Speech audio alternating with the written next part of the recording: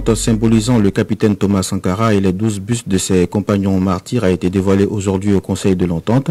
La cérémonie a eu lieu en présence du président du Faso, Roch Kaboré, l'ancien président du Ghana, Jerry Rawlings, le ministre des Affaires étrangères, Alpha Bari, et bien d'autres personnalités. Nous y reviendrons. Sécurité à présent, l'armée annonce dans un communiqué avoir neutralisé le jeudi 8 assaillants dans une attaque armée contre une patrouille des FDS à Kekelnoda, environ 40 km d'Arbinda. Sécurité toujours, le Flintlock 2019 est terminé. La clôture de l'exercice militaire multinational a lieu hier au camp Bilazagré en présence du président Roch Kaboré. Plus de 2000 militaires africains et occidentaux y ont pris part. Quel bilan après 2 semaines d'entraînement? Suivez ce reportage d'Asmao Dao. Par camouflage, des militaires parviennent à surprendre un terroriste détenant des otages. S'ensuivent des échanges de tirs. Rapidement, le terroriste est maîtrisé et les otages exfiltrés. Une démonstration de ce qui a été appris parmi tant d'autres. Ils étaient environ 2000 militaires occidentaux et africains à s'entraîner, à partager des expériences durant 2 semaines simultanément au Burkina Faso et en Mauritanie. Objectif, vaincre l'ennemi commun, le terroriste. Des participants aux exercices donnent leurs impressions. Je suis le colonel Diawara Oumar, chef de la délégation malienne. C'est un exercice qui permet de mettre le tout dans l'ambiance réalité. Je suis le lieutenant-colonel Mamadi Doumbouya, commandant des forces spéciales guinéennes. On est au Burkina Faso. Vous savez bien sûr que les terroristes ne sont pas loin de nous. Je suis le lieutenant-colonel Koulouali Kanou de la gendarmerie du Burkina Faso. J'ai joué le rôle de chef d'état-major adjoint. Ce qu'ils ont fait principalement, c'est des patrouilles de présence, des actions civilo-militaires et naturellement des raids. L'ambassadeur américain André Nyong apprécie l'appropriation du Flintlock par les militaires africains eux-mêmes. Pour la première fois dans l'histoire de Flintlock, par exemple, il y avait les soldats de Tchad, de Niger, du Maroc, qui ont donné les cours d'instruction aux autres collègues. Il y avait les participants du Burkina Faso qui ont donné les cours aux autres collègues. Ça montre l'avenir de cette aide à long terme. Pour le président du Faso, Roch Kaboré, ces efforts sont à saluer. Nous devons apprécier positivement ce type d'exercice et souhaiter que les forces conjointes du G5 qui participent à cet exercice puissent en tirer les meilleurs bénéfices. Environ 300 militaires burkinabés ont pris part à cet exercice multinational Flintlock, financé principalement par les Américains. Le Flintlock est un exercice militaire qui se tient chaque année depuis 15 ans et le Burkina l'accueillait pour la 2e fois. Justice à présent, 1 an après la double attaque du 2 mars 2018, le procureur du Faso a fait le point hier dans un communiqué. À ce jour, 11 personnes ont été inculpées et sont en détention préventive.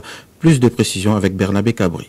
8 militaires burkinabés tués et 85 blessés ont été dénombrés dans les attaques du 2 mars 2018. Côté assaillant, 8 suspects ont été abattus lors de l'assaut mené par les forces de défense et de sécurité. Une attaque revendiquée par le groupe de soutien à l'islam et aux musulmans Nusrat al-Islam wal Muslim de Iyad Agali.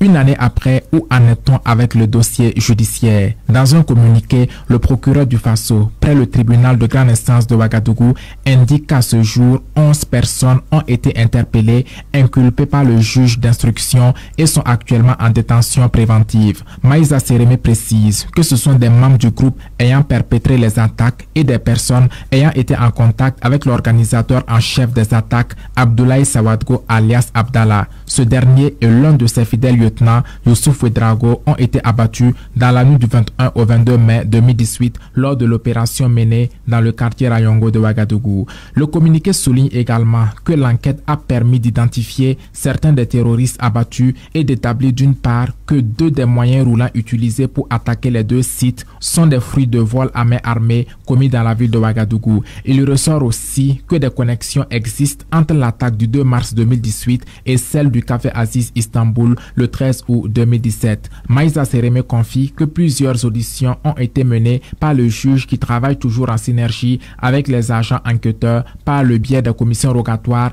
et que l'appel à témoins a permis à l'enquête de connaître une avancée significative. Justice toujours avec le procès du putsch de septembre 2015. Les témoins se succèdent au tribunal militaire. Hier, c'était au tour du colonel-major Touandaba Koulibaly sur la présumée écoute téléphonique entre Djibril Bassoulé et Guillaume Soro. L'ex-chef d'état-major de la gendarmerie dit ne pas savoir comment elles se sont retrouvées entre les mains des enquêteurs. Le point avec Denis Zungrana. À l'époque chef d'état-major de la gendarmerie, le colonel-major Twandamba Coulibaly dit n'avoir jamais eu l'intention de soutenir le coup d'État. Il a été convié selon lui à la réunion du CRAD le 16 septembre 2015 à 17h au ministère de la Défense. À son arrivée, le général Djendjiri était en train d'expliquer la situation qui prévalait. L'assistance a demandé au général Djendjiri de retourner rencontrer les éléments du RSP pour les faire entendre raison afin qu'ils abandonnent leur projet. Explique le témoin avant de poursuivre. De retour de leur mission, le général et le colonel-major Kiré qui l'a accompagné ont fait savoir que les éléments avaient refusé et comptent continuer leur projet. Ils ont alors envoyé une délégation pour aller rencontrer à nouveau les hommes. La délégation est revenue affirmant avoir été menacée par les éléments du RSP. Le colonel-major Twandamba Coulibaly indique par la suite que le général Djendjiri lui a demandé d'assurer le maintien de l'ordre. Il aurait répondu qu'il ne voulait pas. Et quand le général a demandé pourquoi, il a répondu qu'il n'avait pas de grenades. Par la suite, les grenades lui ont été apportées. Sur les patrouilles que la gendarmerie a menées durant cette période, il affirme que ce n'était pas dans le but de soutenir le putsch, mais pour prévenir en quelque sorte les exactions commises lors des événements de 2011. Sur la question des écoutes téléphoniques, Maître Bonkungu a voulu savoir qui a apporté ces éléments aux enquêteurs et aux témoins du jour d'affirmer qu'il ne sait pas comment ces écoutes sont arrivées aux enquêteurs car la gendarmerie ne disposait pas de table d'écoute à l'époque. Quant à son refus de répondre à la première convocation du juge d'instruction, le colonel-major Twandamba Coulibaly affirme qu'il avait reçu un coup de fil du tribunal militaire lui affirmant de ne plus tenir compte de la convocation car une deuxième allait venir. Et au général Djendjiri de rejeter certains propos du témoin. Le général dit ne s'être jamais adressé au chef d'état-major de la gendarmerie à l'époque, mais au chef d'état-major général des armées au moment des faits. Présent au Burkina dans le cadre du cinquantenaire du FESPACO, Paul Kagame et Ibrahim Boubacar Keïta, respectivement chef d'État du Rwanda et du Mali, ont été élevés à la dignité de Grand Croix de l'Ordre de l'Étalon. Ils ont reçu hier leur distinction au cours d'un dîner qui leur a été offert par le président du Faso, Roch Kaboré. Compte rendu Ibrahim Baïli.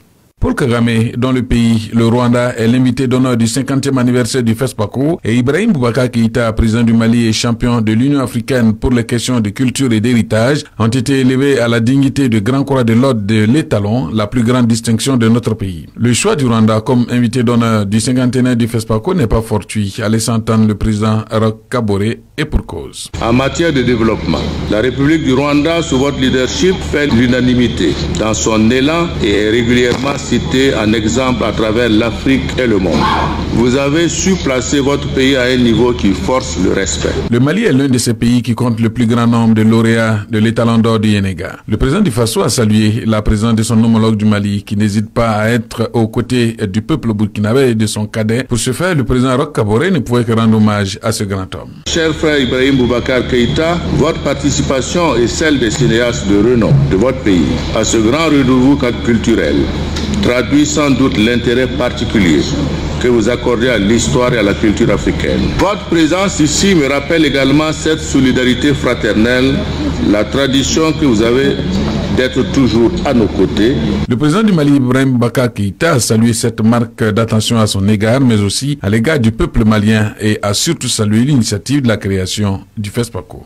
Initiative heureuse, oui, elle le fut. Celle qui a vu la première projection cinématographique dans le cadre de FESPACO, ce pays a eu le nez creux. Il nous fallait un événement de celle-là, de cette espèce-là, pour nous faire nous sentir nous-mêmes, que nous nous voyons tels que nous sommes, pas tels que les grandes productions en cinémascope nous avaient habitués à nous voir. La cérémonie de clôture du FESPACO 2019 est prévue pour cet après-midi au Palais des Sports de Ouaga 2000.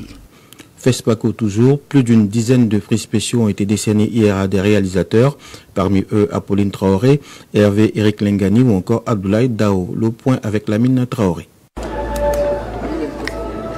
Dans la salle du Sénasa, ce sont plus d'une dizaine de prix spéciaux qui ont été décernés à des réalisateurs venus de 6 pays, le Burkina, le Cameroun, la Côte d'Ivoire, le Maroc, le Sénégal et la Tunisie. Le Burkina déjà peut se réjouir avec 5 prix. Apolline Traoré remporte les prix de la ville de Ouagadougou et de l'Assemblée nationale du Burkina. Avec son film d'errance, elle empoche au total 10 millions de francs CFA.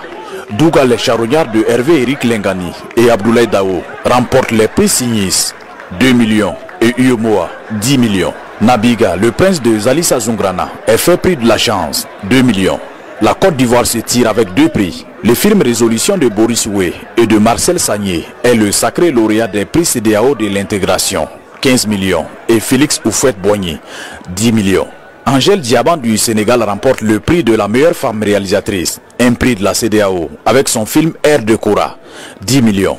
Les armes miraculeuses de Jean-Pierre Bekolo du Cameroun remportent le prix Samben Ousmane d'une valeur de 5 millions. La Tunisie s'en sort avec 2 prix. Fatwa de Ben Mohamed remporte le prix de l'Union africaine et le prix Thomas Sankara est décerné à Black Mamba de Armel Gelati, 3 millions. Le Maroc se console avec le prix de la critique cinématographique africaine et c'est Indigo de Selma Bargak qui le remporte.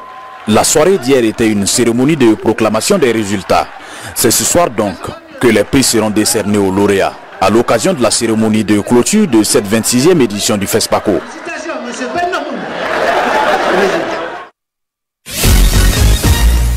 Le concours Miss Université 2019 s'est tenu hier à la salle des fêtes de Ouaga 2000. C'est Nelly Dahani qui a été élue Miss devant Fleur Batiana, première dauphine, et Eve Koulibaly, deuxième dauphine. La Miss Université 2019 est au micro d'Abdul Fattah Tiamtori. C'est vraiment un sentiment de joie et aussi une surprise parce que je ne m'attendais pas vraiment à être sacrée ambassadrice de la beauté estudiantine, physique mais aussi intellectuelle du Burkina. Donc c'est vraiment une très grande joie et un très grand honneur. Mon plan d'action pour cette période pendant mon mandat, comme je l'ai dit lors de mon interview, je vais mettre une partie de cet argent à profit des orphelins et des personnes défavorisées. Des dons dans les orphelinats, dans les centres d'accueil pour personnes défavorisées. Et l'autre partie, je vais financer un projet qui me tient à cœur, c'est la création d'un restaurant. Comme parce que je l'ai dit, je suis passionnée de cuisine et surtout de pâtisserie. Honoré Bambara, président du comité d'organisation, se félicite d'avoir organisé un tel événement festif dans un contexte sécuritaire difficile. Comme toutes les années, pour le concours Miss Université Burkina, nous essayons d'apporter de la valeur ajoutée. Et cette année, c'est vrai que pour ceux qui ont été dans la salle, n'ont pas vu les VTR sur les candidats, c'est-à-dire que les différentes vidéos, mais ceux qui étaient à la maison ont vu le travail énorme qui se passe avant le concours. Comme j'aime bien le dire, un concours Miss, ce n'est pas rassembler les filles à une semaine du concours, mais c'est tout un travail. En réalité, c'est une télé-réalité. Je pense que je suis très satisfait au regard de la situation sécuritaire de mon pays. Quand je vois que 500 personnes peuvent se retrouver dans un cas pour s'amuser, il faut dire que le Burkina marche bien. Contrairement à ce que certaines diplomaties et ambassades veulent nous faire croire.